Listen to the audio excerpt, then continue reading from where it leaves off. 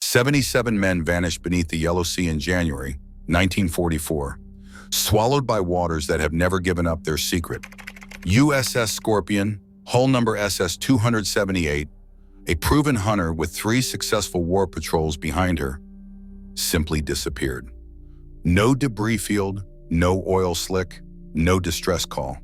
For 80 years, she has remained one of World War II's most stubborn mysteries, a submarine that the ocean refuses to surrender.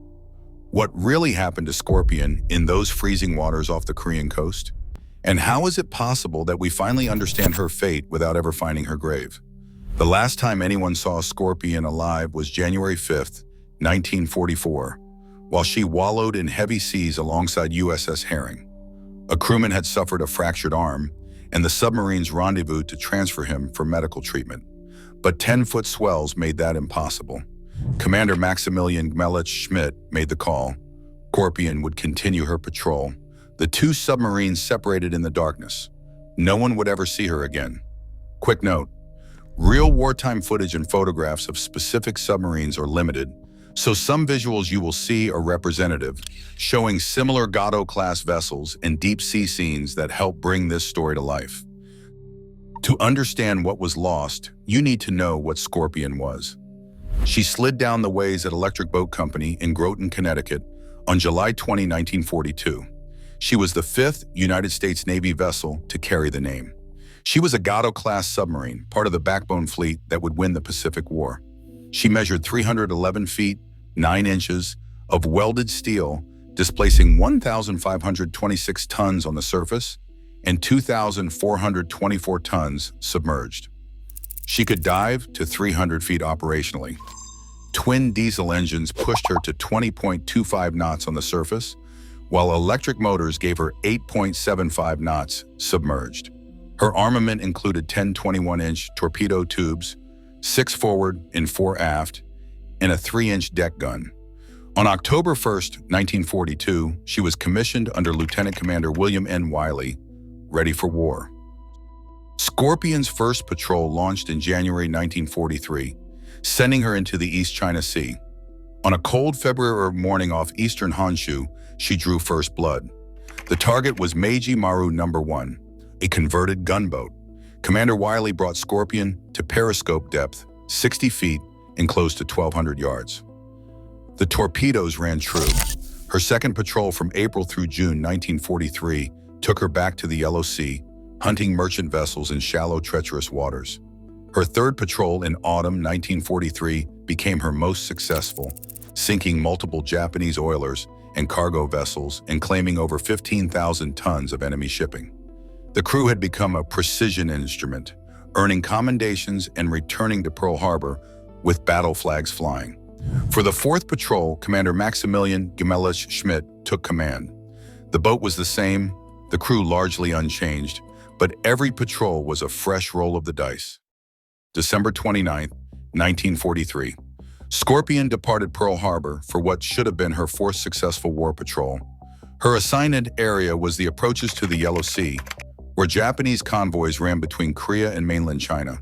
It was dangerous water, shallow, heavily patrolled, and increasingly mined. The rendezvous with USS Herring on January 5, 1944 was supposed to be routine, but heavy swells rolled between the two hulls, 10 to 15-foot waves that made transfer of the injured crewman impossible. Schmidt made the only reasonable decision. He continued the patrol. The submarines separated. That was the last confirmed sighting.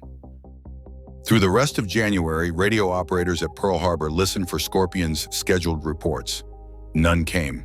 Submarines deep in enemy waters could not always transmit without giving away their position. But as days became weeks, the silence grew ominous. No distress signals, no emergency surfacing protocols, no Japanese broadcasts claiming a submarine kill.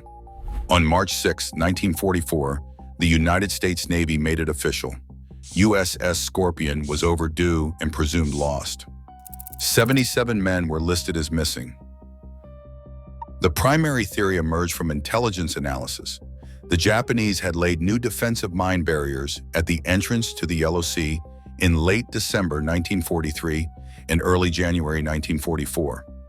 Naval intelligence estimated these fields posed approximately a 10% chance of encounter for submarines transiting the area. The assessment was grim but logical.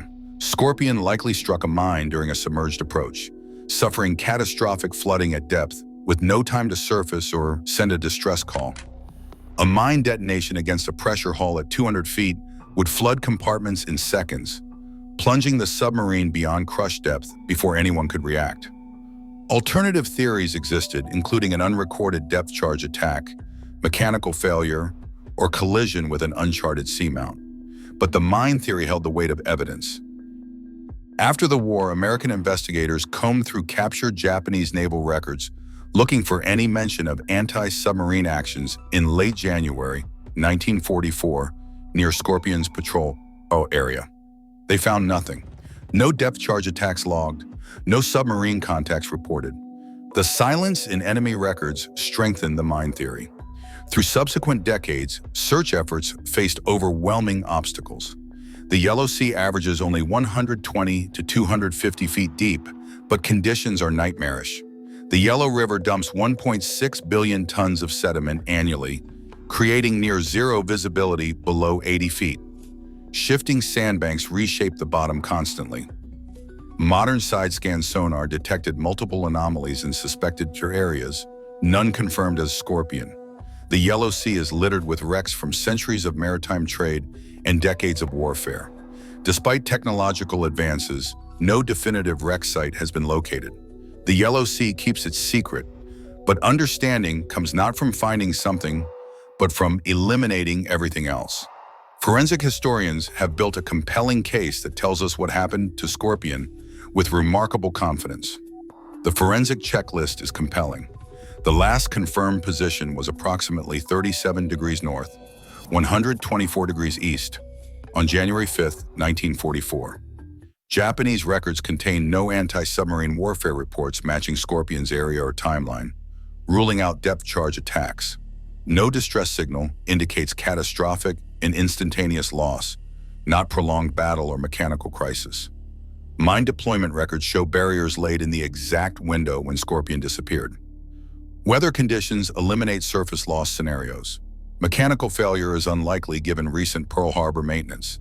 Statistical analysis adds another layer. 52 United States submarines were lost during World War II. 7 were confirmed mine losses. In January 1944, the Yellow Sea had the highest mine density of Scorpion's entire patrol route.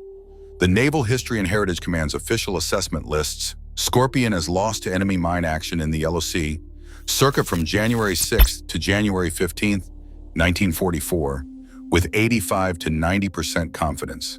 The evidence, without physical wreckage, becomes its own form of proof. Understanding matters, even without discovery. For families of those 77 men, having an answer after 80 years brings closure. That endless speculation never could.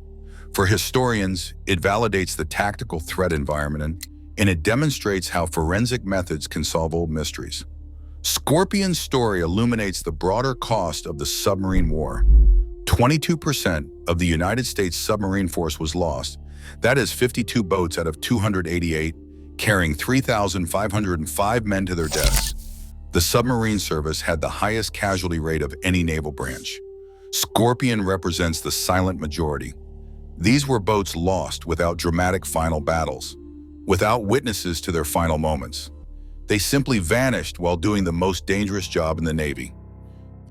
USS Scorpion is protected under the Sunken Military Craft Act. She remains United States sovereign territory regardless of physical location, and unauthorized disturbance is prohibited. She is a consecrated war grave, the final resting place of 77 American sailors. Those men have names preserved on the submarine memorial at Pearl Harbor. Their average age was 22. They came from small towns and big cities across America, ordinary men who volunteered for extraordinary danger. Sometimes the most powerful memorials are not the ones we can visit with flowers and photographs. Sometimes they are the ones we carry forward in understanding, in respect, in remembrance. Scorpion's crew did not need us to find them to give them dignity. They needed us to never forget them, to understand what they faced, and to honor the price they paid. Somewhere beneath the Yellow Sea, 77 eternal guardians remain at their posts. They are not lost. We know where they are and we know why they are there. That knowledge is its own form of discovery, and perhaps the most important one of all.